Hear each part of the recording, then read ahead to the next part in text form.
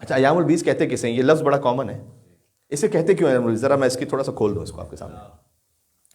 بیس عربی زبان میں کہتے ہیں بیضا سے، ید بیضا، حضرت موسیٰ علیہ السلام کا معجزہ، ہاتھ نورانی ہو جاتا تھا ان کا. بیس کہتے ہیں وائٹ، ایام البیس یعنی وائٹ ڈیز.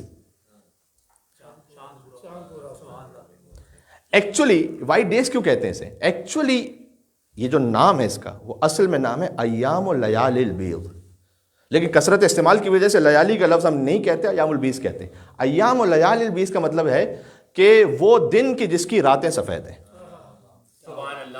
اب میک سینس یہ؟ کیونکہ 13، 14 اور 15 یہ وہ تینوں شبیں ہیں کہ جس میں چاند سب سے زیادہ روشنی دے رہا ہوتا ہے، گویا رات بھی دن کی طرح ہے، گویا وائٹ نائٹس ہیں یہ.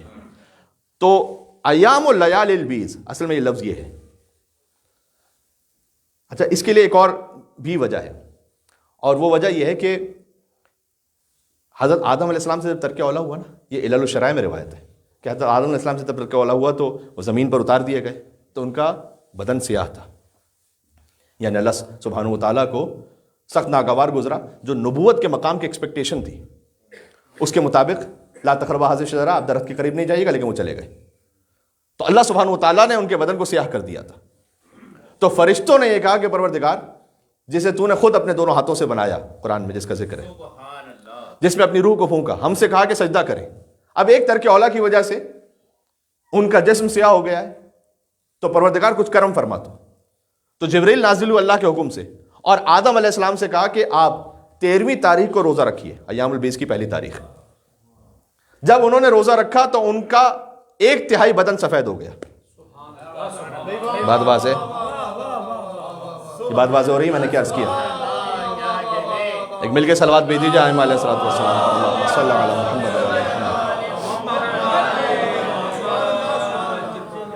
اس لیے ایام البیض ہیں یہ. اور پھر اللہ کا حکم ہوا کہ آپ 14ویں تاریخ کو بھی روزہ رکھیے، تو ان کا 2/3 بدن سفید ہو گیا، اور 15ویں تاریخ کو روزہ رکھیے تو ان کا پورا بدن نورانی ہو گیا. اس لیے سے کہا جاتا ہے ایام البیض. وہ 3 ایام کے جن میں روزہ رکھنے کی وجہ سے ہمارے جد آدم علیہ السلام کا بدن نورانی ہو گیا تھا. اور ایک وجہ اس کی وہی ہے کہ جس کی راتیں چونکہ سفید ہیں، لہذا ان دنوں میں روزہ رکھنے کی تاکید ہے.